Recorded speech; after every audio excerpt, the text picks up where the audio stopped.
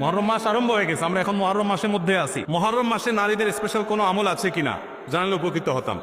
মুহররম মাসে পুরুষদের জন্য যে আমলগুলো আছে আমাদের মা বোনদের জন্য একই আমল আছে, মা বোনদের জন্য আলাদা কোনো আমল নাই। মুহররম মাসের সবচেয়ে গুরুত্বপূর্ণ আমল হলো বেশি বেশি রোজা রাখা। বেশি বেশি কি রাখা? রোজা রাখা। নবী করিম সাল্লাল্লাহু আলাইহি সাল্লাম বলেছেন, আফদালুস সিয়ামি বা'দা রমাদান শাহরুল্লাহিল মুহররম।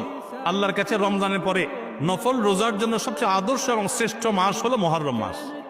এই জন্য ভাই মুহররম মাসে বেশি বেশি নফল রোজা রাখার চেষ্টা করতে হবে। বেশি বেশি তো দূরের কথা, অনেকে একটাও রাখতে পারেন না, অন্তত 2-4টা হলেও রাখার চেষ্টা করবো ইনশাআল্লাহ। মুহররম মাস কিন্তু শুরু হয়ে গেছে, মুহররম মাস আরম্ভ হয়ে গেছে, আমরা এখন মুহররম মাসের মধ্যে আছি। সম্মানিত মাসের মধ্যে সম্মানিত 4টা মাস আছে, এর ভিতরে সবচেয়ে শ্রেষ্ঠ হলো এই মুহররম মাস, বছরের প্রথম মাস, হিজরি বর্ষে। অতএব এই মাসের প্রধান আমল হলো বেশি বেশি নফল রোজা রাখা। দ্বিতীয় আমল হলো মুহররমের 10 তারিখ আশুরা, এই আশুরা উপলক্ষে 2টা রোজা রাখা। 9 আর 10 রাখলে বেশি উত্তম, আর না হলে 10 আর 11 এই 2টা রোজা রাখা নারী পুরুষ সকলের জন্য সুন্নাহ। নারীরা যদি মাসিক অবস্থা না থাকেন তারা রাখবেন না, মাসিক অবস্থা না থাকলে তারা রাখবেন না। তাদের নিয়ত থাকলে আল্লাহ তাআলা তাদেরকে এমনিতেই সওয়াব দিবেন ইনশাআল্লাহ। তাহলে মুহররম মাসে আমল হলো বেশি রোজা রাখা, বিশেষ করে আশুরা রোজা রাখা। এর বাইরে মহান উপলক্ষে স্পেশাল কোনো আমল নাই যে এই মাসের জন্য আলাদা করে এটা করণীয় আছে।